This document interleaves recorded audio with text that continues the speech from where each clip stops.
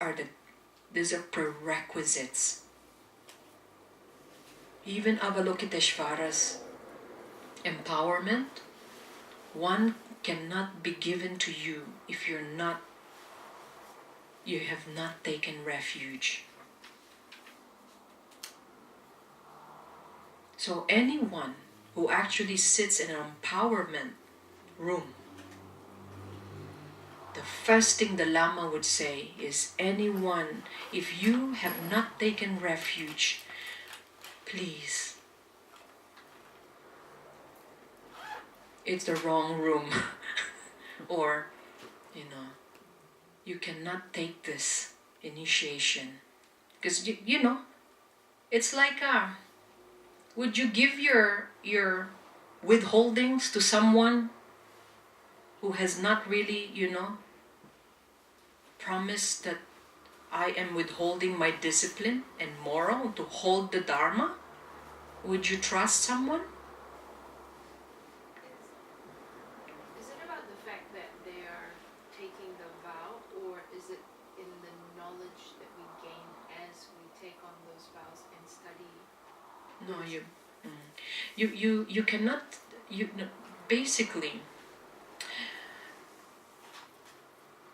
it is not about knowledge, all right? It is basically your commitment and your belief and understanding, okay? Because when let's say, lots of us probably at some point took the vow, but then not necessarily in a mindful way. Yeah. And as we practice and we become more aware, then you take refuge. Mindful. Then you have to take refuge. Yeah. Of course, when you were little, you see. Also, one Master Yunji actually asked me a question about a monk. In Tibetan monastery, even the nunneries and the monasteries, there are little monks, right? And he said, "Oh my goodness, they're so cute to see, Yeah. Okay, so that way you understand, yeah. Unless, of course, you're a Rinpoche, you're a reincarnated one.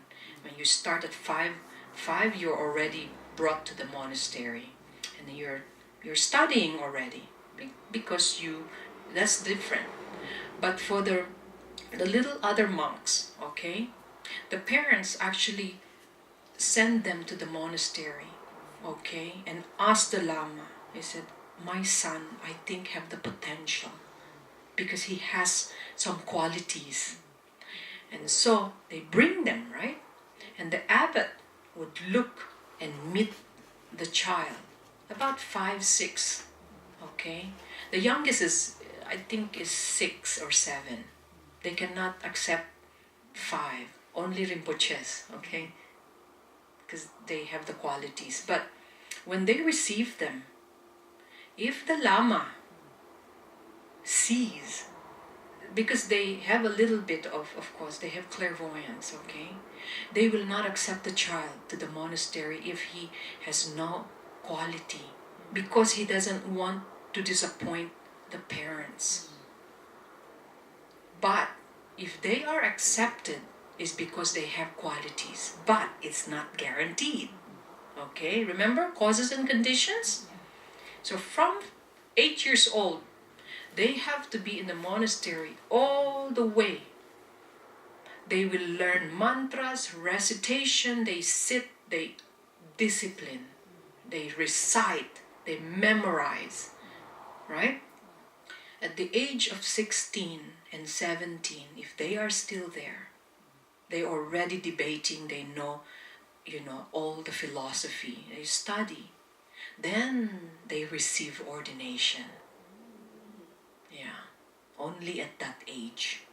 And then, because the same thing, they may have the knowledge, all right, but until they are fully, engaged into the practice, that they understand what it is, then they get, they seek for ordination. Others are not good. Sometimes they don't make it, okay? So then parents are sad, but because causes and condition, right? Yeah. So those are example of the vows, okay? Imagine, you cannot give a 265 vows to an 8-year-old, okay?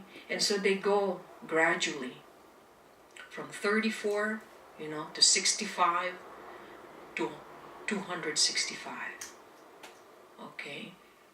And fully ordination, okay, that is the age. But it still is not guaranteed because they will go through studying. Okay, so with us. Do they sit exams? Yes. In Tibetan Buddhism, especially the Gelug, yeah, they you get tested and they fight. Have you seen them debate? Yeah, this is not like these.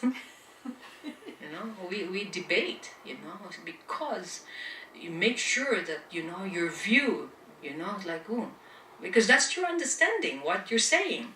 But when the other one, asks you questions and like that, and every day except Sunday and Monday, yeah.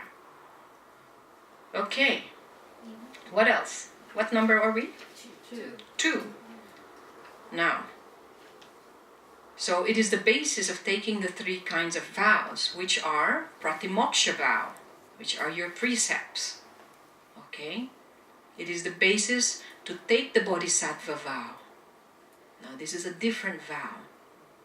Okay? Has anyone here taken bodhisattva vow? Okay.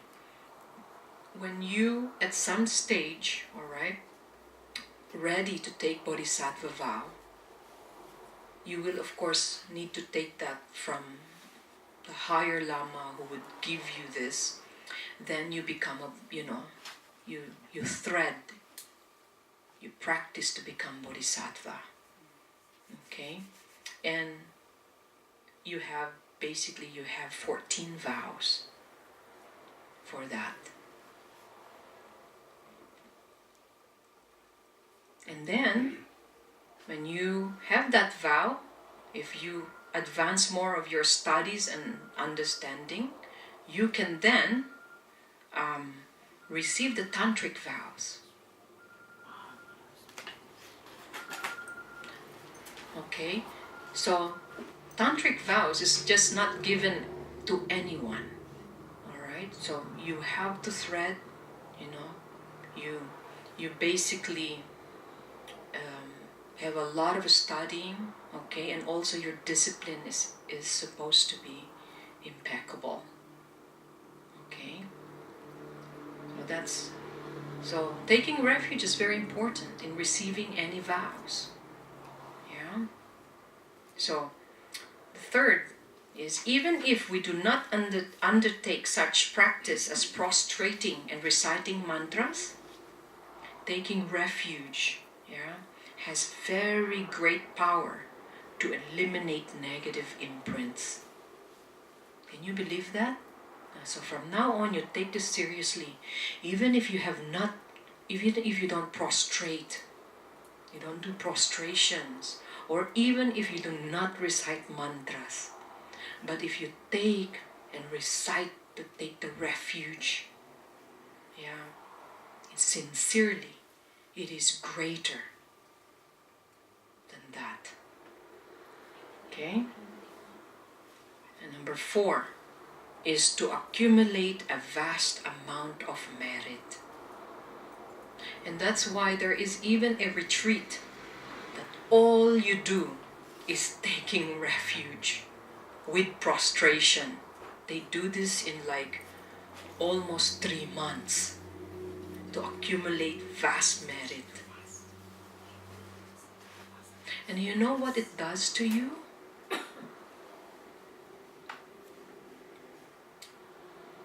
It dissolves your ego.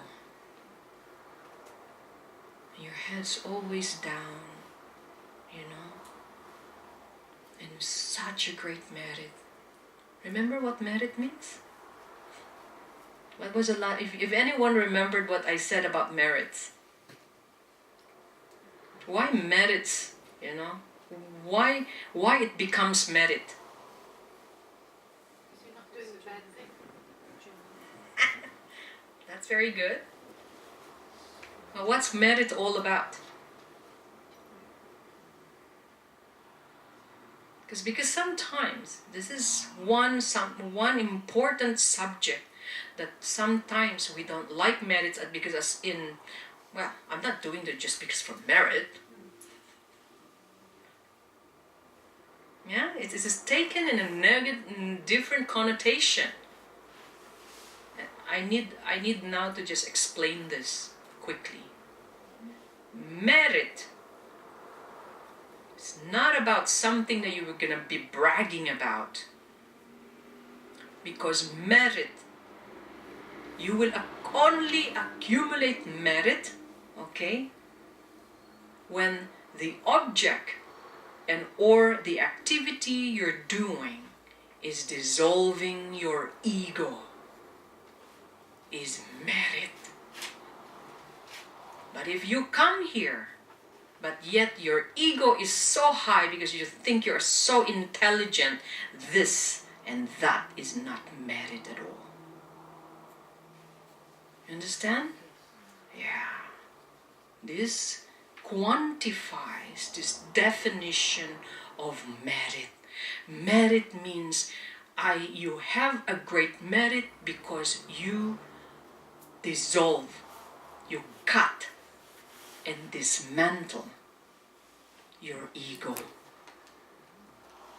But if you practice, it still gives you some title. Or, if you think of it, then whatever you're doing is not merit. Even if you give food, even if you give, and you say, oh, I give this because I have so much money, and take it. That's not merit. Because you just what? You just blown up your ego because of your money. You understand?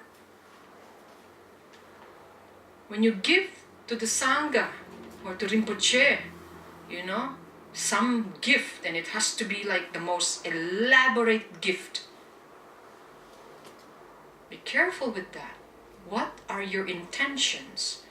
If your ego is blushing while you give that, that is not merit at all.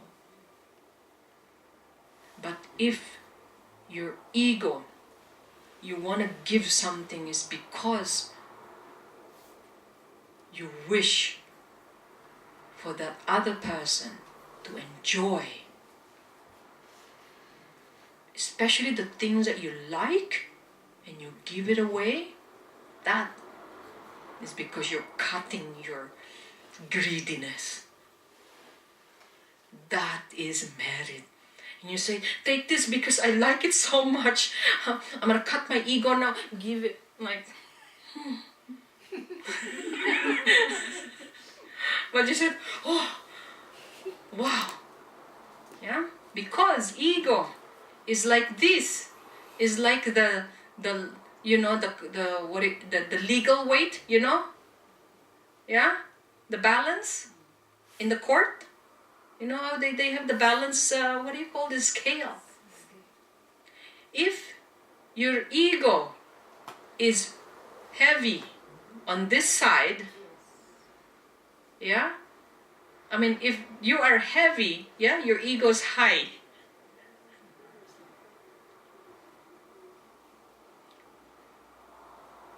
Okay? But if you have no ego,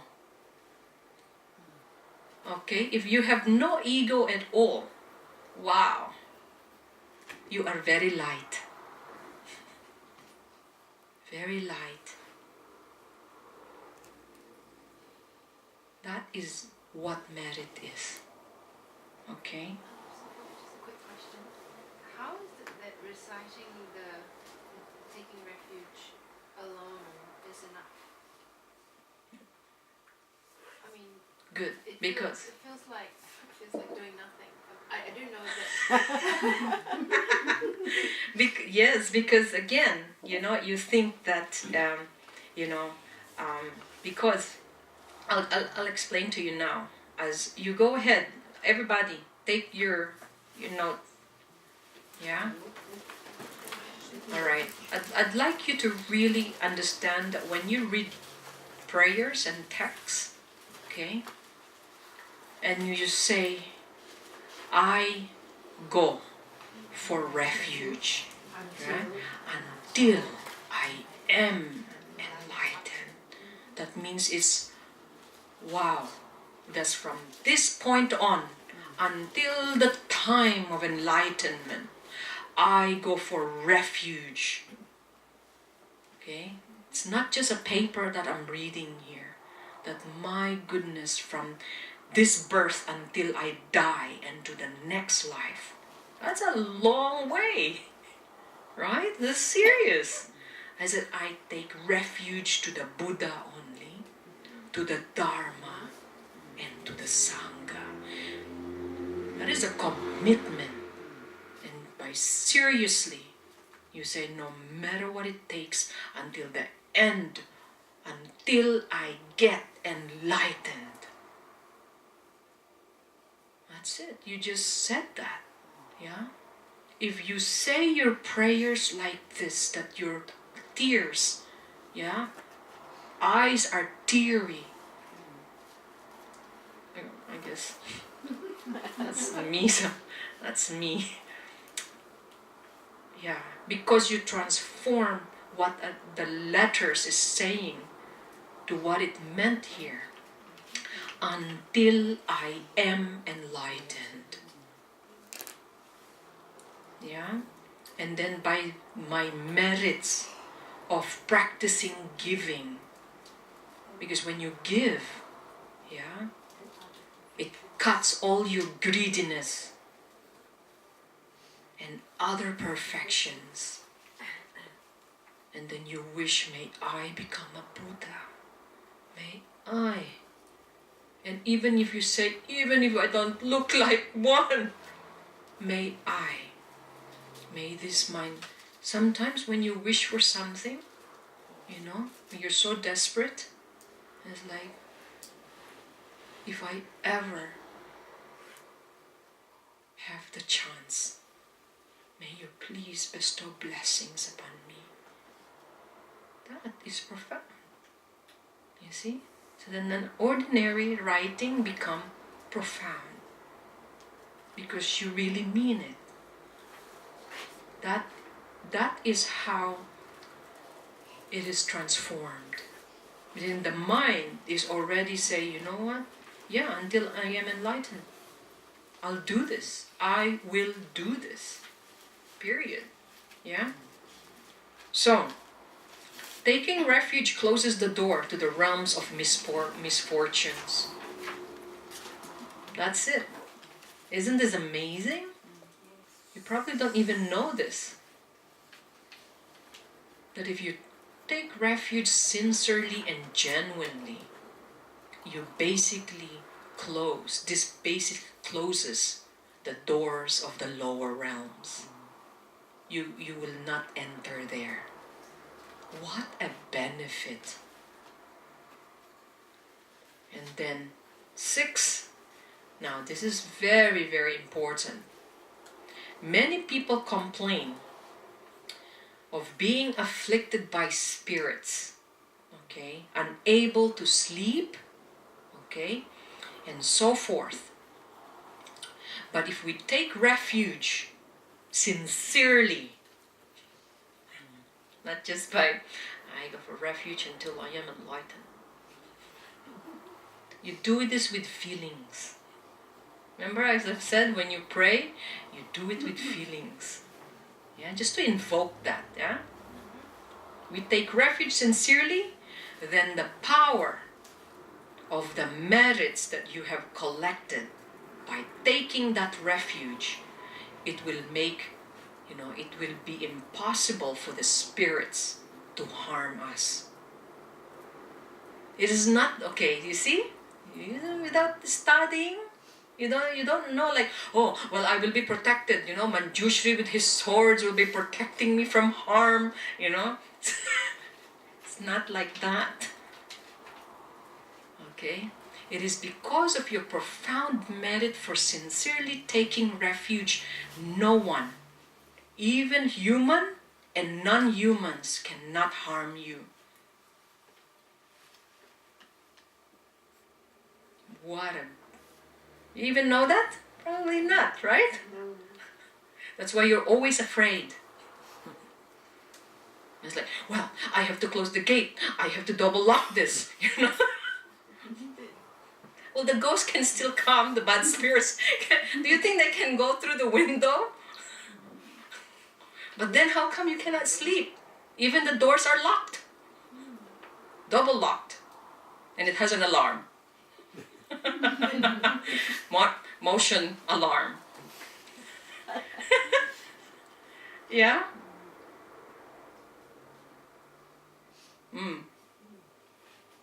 How come you're thinking? I love the way you think. Like,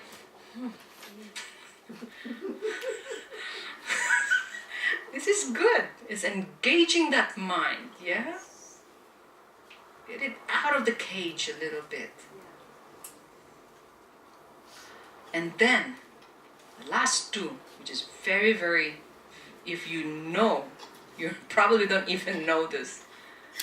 That when you take refuge sincerely, whatever one wishes is realized. Wow, exactly. This is profound. So when you wish to become a Buddha, you can realize this.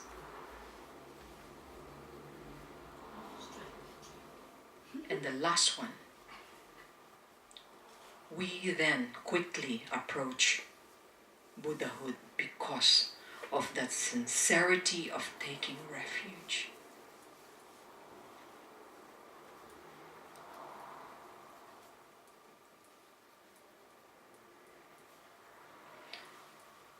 There was one time, and I'd like to confess. I met one of my tantric teacher and saw him here, and because I was a little bit embarrassed, I didn't have any space, and there are all geshes and monks around him, and I came and everybody looked at me, and because I know all of them, but I have no space, right, to prostrate. In my mind, I wish to prostrate. Like I ache for it, but I have no room. How am I gonna do prostration? You know? But I put my head, just in his hand. And I visualize prostrating. Can you do that? Like if you're standing and you just, you see yourself prostrating. So I did that, right? But it did not, it was not enough for me.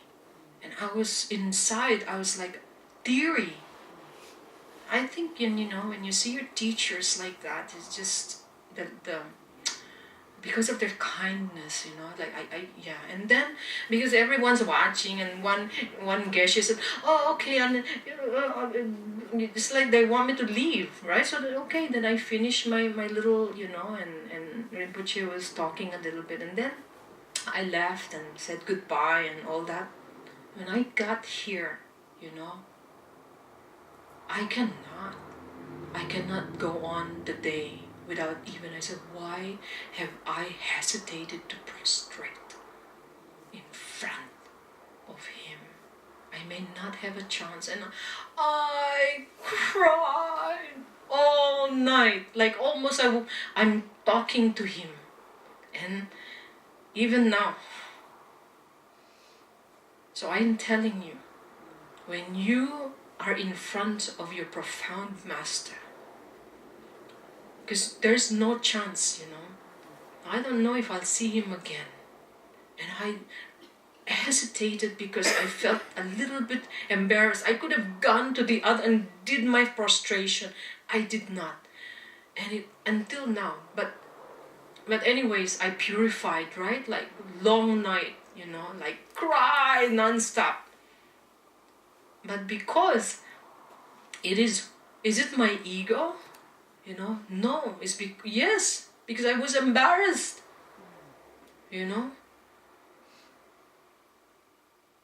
But I did not have a chance to do it in front of him, worthy of every prostration I have. It's different when you're doing it in front of the master, no?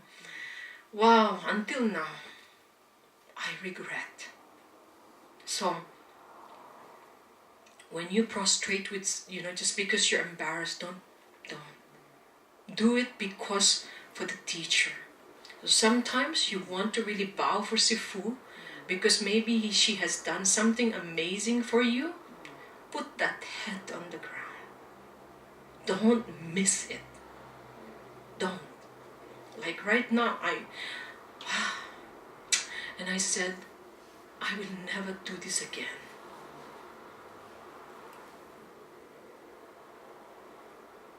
Because I was not able to show him, how great he is and how amazing he is. But yet because I'm embarrassed, because everyone's rushing me and all that, I was so conditioned. But even though I fight, it was not enough. Missed it. So don't be embarrassed when you wish to prostrate and take refuge in front of someone. Do it, regardless. Okay? Yeah. So, that's it.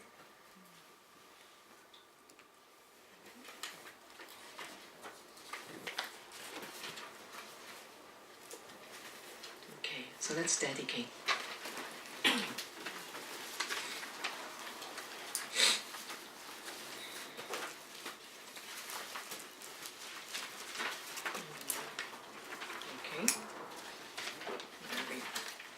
Page.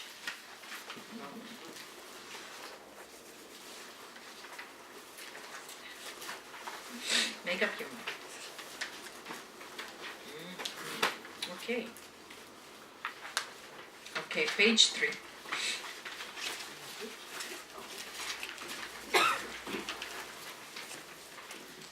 Through the merits of these virtuous actions, may I quickly attain the state of a Guru Buddha and lead all living beings without exception into that enlightened state. May the precious body-mind, not yet born, arise and grow. May that born have no decline, but increase forevermore. May anyone who merely sees, hears, remembers, touches, or talks to me be freed from that very instant from all sufferings and abide in happiness forever. May sentient beings who have all been my mother and father be completely happy, and may the lower realms be forever empty. May all the prayers of bodhisattvas in whatever places they live be immediately fulfilled. Day and night may I pass the time thinking and examining by what means these teachings can spread in the minds of myself and others. May I experience whatever suffering sentient beings have, and they experience whatever happiness and virtues I have. It is solely from the kindness of my spiritual mentors that I have to come to be acquainted with the peerless Buddha's words. Thus, I dedicate this method so that every sentient being may be cared for in the future by kind and sublime spiritual mentors. With my heart going out with great compassion, in whatever directions the most precious teachings have not yet spread, or once spread have declined, may I expose this treasure of happiness and aid. And page 9. Long life prayer for Sifu. I bow down to the spiritual guides to the Supreme Vehicle. May the precious Masters